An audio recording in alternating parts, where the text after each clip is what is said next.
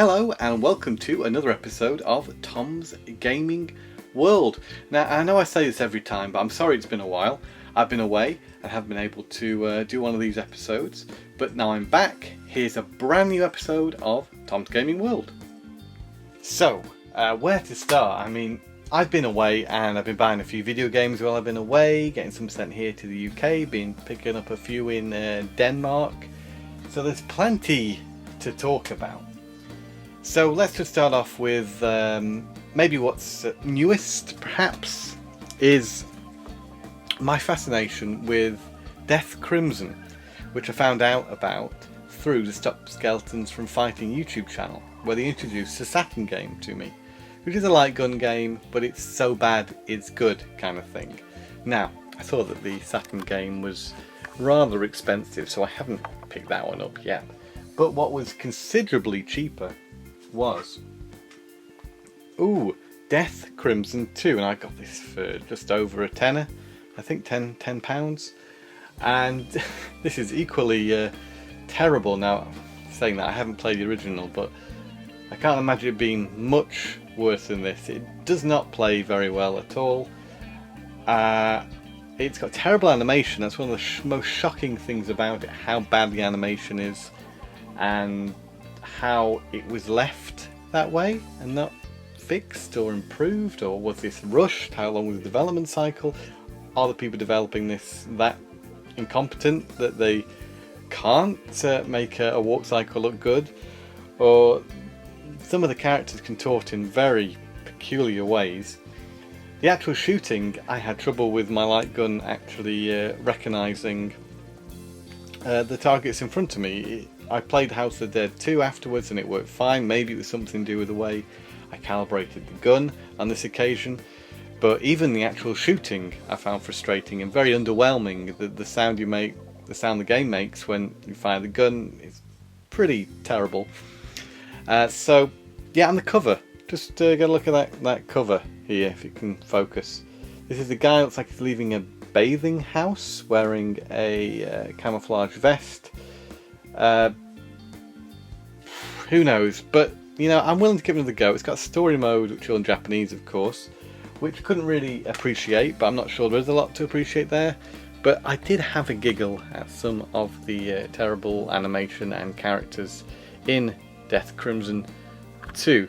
Now, if you want to try one of the Death Crimson series even cheaper, and you live in the UK or have access to a PAL PS2, you can try Guncom 2, which is, I can't remember what it's, I think it's Death Crimson OX, which was a Dreamcast game. I can't remember if it's OX or not, but anyway, the game got renamed Guncom 2 in the UK at least, and even mentioned Death Crimson on the back of the case. So this is Death Crimson OX, I think, which was released for the Dreamcast. A couple of quid. This is a very affordable game. I haven't tried it yet, but let's see what that one's like. Another PS2 pickup's been Jaws Unleashed. Been curious about this for a long time, about the £7 mark. Not too bad. Same with this Jurassic Park Operation Genesis, £7. Pretty good. Even cheaper now. Gift, which I've heard is not the greatest platformer, but it does some original things with the genre, and it was very cheap, and I do enjoy platform games. The same goes for Malice. Apparently a very average platform game, but one I've been curious about for a long time. And another one which isn't strictly a platform game, but may contain platforming elements, is Wallace and Gromit: Square Rabbit. Again, very, very cheap, as are most PS2 games of this kind of licensed nature, like this one. The Matrix Path of Neo, heard it's good. I'm hoping it's better than Enter the Matrix, because I wasn't a huge fan of that one. But what that game does is can deliver the stuff you might have wanted out of a Matrix game anyway, allowing you to play the scenes from the movies. In terms of the setup here, it's got a bit busy with things because, of course, you know, I run out of places to put things nowadays. So the setup itself remains pretty much the same. We've got 32X now, of course. Everything's a little bit dusty. Apologies for that, but not so different. There's a few more boxes and things around. Here is a couple of, or here are a couple of Saturn games. Now this one is actually a very good wrestling game. It's called, what's it called? Japan All Star Wrestling plus Virtua, or featuring Virtua. So this features a couple of Virtua fighter characters. You can see, I think it's a wolf there on the front. There are a couple of others, like Jeffrey I think is in this. So it actually plays really well, and without being able to read instructions I was able to pick it up and win the fight no problem. I learned how to pin very quickly, learned grappling and punching, and yeah, I think there's a bit more to it, but even without any tutorial or learning of the instructions, it's a very easy to pick and play game, and incredibly cheap. You know, don't pay more than a couple of pounds for that. This one unfortunately wasn't as cheap. It's been a game I've been wanting for quite some time. Got hit by import tax as well on this, which is unfortunate. Sometimes sellers put the value of the product, the actual value of the product, on the packing information. So that means you can get stung for import tax, as I did with this. But the game itself is great. I really like it. I mean, I've heard people say it is a pretty lackluster fighter, but it animates really well, great character designs. I wouldn't say it's anything out of the ordinary as far as 2D fighters go. Definitely follows a sort of Street Fighter-esque template. But it's got weapons, it's got Golden Axe characters, and you can play as Death Adder there, the villain from Golden Axe. So I can recommend this. Try and get it a bit cheap. It was released on PAL as well, but that's even more expensive than the Japanese one. So check it out. It's Golden Axe The Duel for the Sega Saturn. Moving back over here, we've seen Death Crimson. Let's move that out of the way.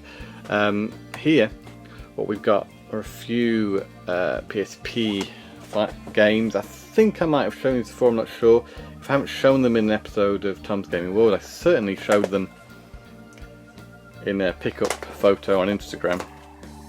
These are 3 fighting games. These 2 are from the same series. They're one-on-one fighters, and this one is a side-scrolling beat 'em up.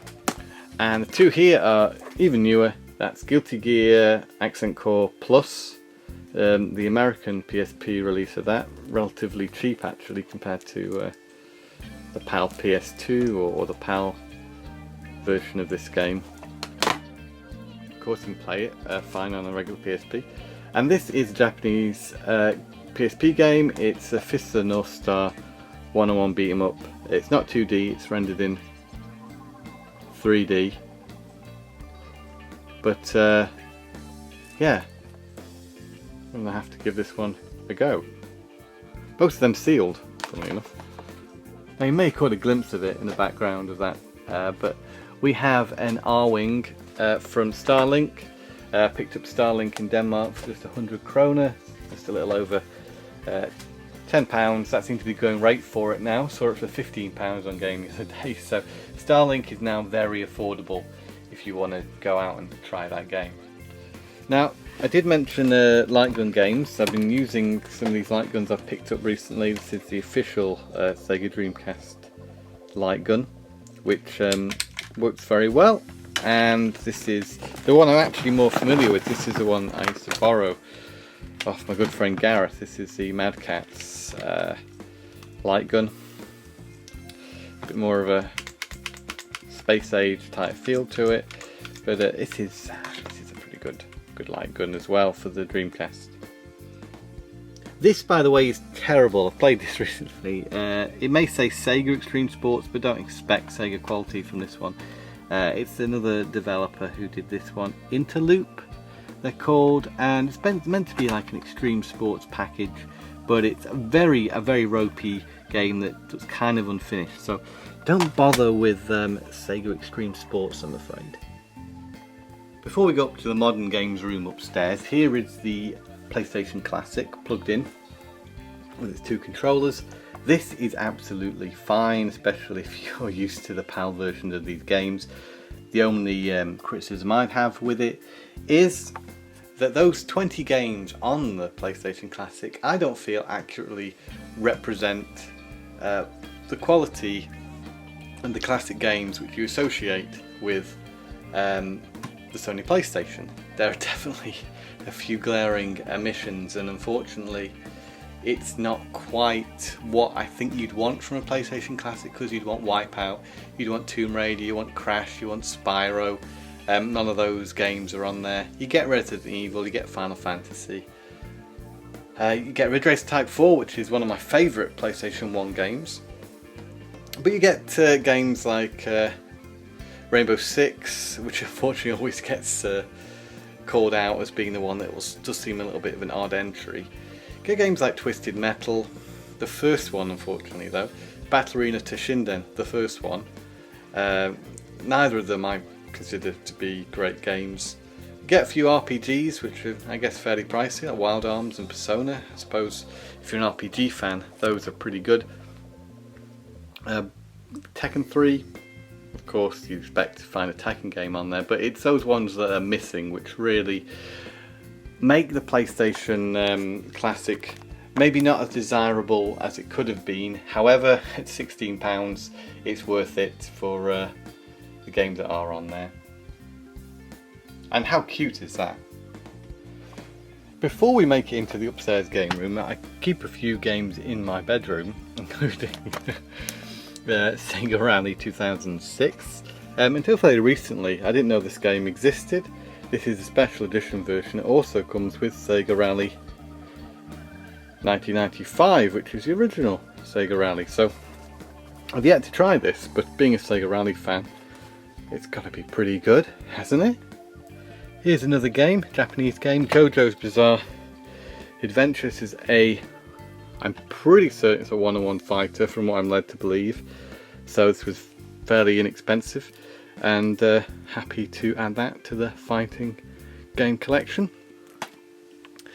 And lastly, Fists of the North Star. This is a beat 'em up, a 3D beat 'em up. Not one-on-one fighter, but more of a side scroller, in 3D of course.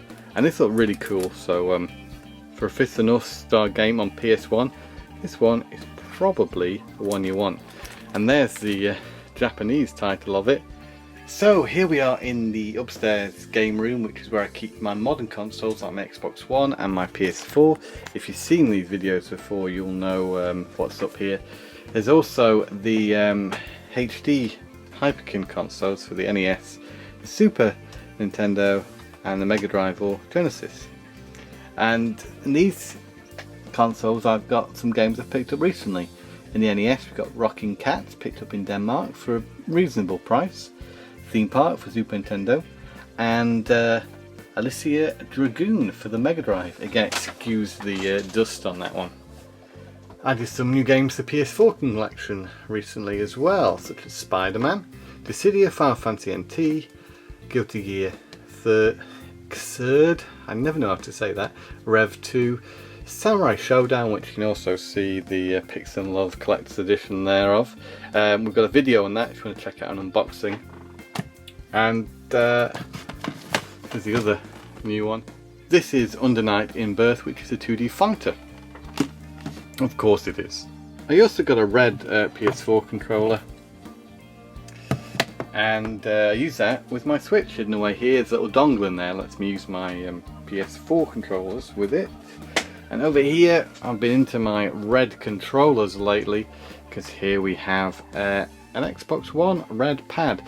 Now this one's particularly nice because these bits are a bit nice and soft grips on this particular controller. I think they branded it some sort of sports controller, which is interesting. But that was second hand and relatively good price as well. So we'll round out this video with a look at these 3 games I picked up recently. I'm going to show you some of each of them and just chat a little bit about them and tell you what I think of Rockin Cats, Theme Park and Alisia Dragoon. So starting off with Alisia Dragoon, which is an action platform game from Game Arts. And first of all, it's got a lovely aesthetic. Looks great, nice graphics, especially for an early Mega Drive game. The idea is here you fire lightning out of your hands, I think it is, and you kill the enemies on screen. Basically, you have got a little helper. You may have just seen there, you can change the helper. Originally it was a dragon, now it's some sort of like flying lizard type thing, then you can change it to like a little flame thing, and this extra character helps you out as you play, and I'm sure each one has different sort of capabilities depending on which one you pick. I couldn't see much of a difference from this first play I had of the game, but it's fairly straightforward, but it's very satisfying. I had a little trouble aiming sometimes at some of the enemies above me, but it was only a slight niggle, and I found myself not wanting to put this one down. This game, however, theme park, oh dear. Okay, so I had high hopes for this one, but unfortunately the controls make no sense. For example, it took me a long time to work out how to save the game, which was, I think I had to hold down X, because X is a select button, and then press Y to bring up the menu, while holding down select or something, and then it saves. So without a manual, this is quite a difficult game to play. There's no tutorial that I could find, so it's, unless you've played this game before, it's quite difficult to work out what to do. Even looking online, it was difficult to find any sort of guides for this one. I already need a scan of the manual, but here you can see I'm putting together a little park. You have access to a few rides, but at this point, so I haven't worked out how to open the park. And actually, when I was talking about saving earlier, I was actually discussing the buttons to open the park. Sorry, I never actually worked out how to save, but after every year you get a lowdown of how are you doing, and of course I was doing terrible, because it took me a very long time to work out how to open the park. But that theme park, the music gets annoying after a while as well. Can't recommend it. Rockin Cats. Now this is a good game. It's a good platform game from Atlus, I think, published by Atlus. It's one of the more expensive NES games you can get in Europe, but hard to get in the UK. I had to go, well, I found this one in Denmark, and I see on eBay a lot of the other sellers are selling this from outside of the UK. But this is a cool mechanic where you can grab hold of things and sort of hoist yourself up, which you have to get used to, because you'll always get thrown backwards, so you have to work out how to use that most effectively. But this is your main attack, the punch. It's quite straightforward. You jump and you punch, and you use your swingy attack. And here's a cool example of the second stage of the game where you're racing a train. You can at some point get on top of this train using your gadget arm thing, and then you can stay up on top of that train for most of the stage, trying your best to dodge the projectiles as you go.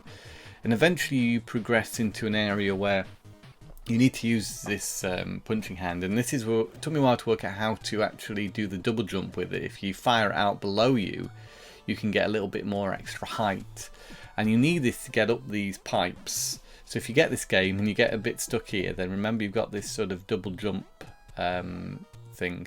But yeah, it took me a while to work this one out, just because the controls are, you know, they do take a little while to get used to. It's an extra life up there I was adamant I was going to collect.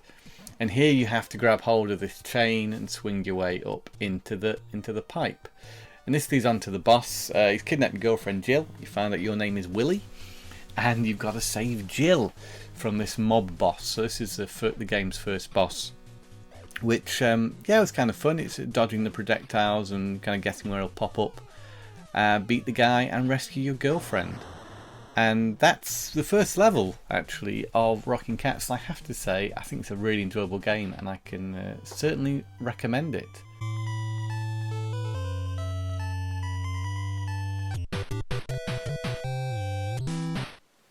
And there we have it. Thanks very much for taking the time to check out this video. We'll hopefully be back again very soon for another Tom's Gaming World, but I think we've covered most of what I've picked up and been playing within the last 2 months, I think. So yeah, this may have been a bit of a longer one than usual, but I hope you've enjoyed it, and we'll see you again very soon for another one. So bye for now, and game on.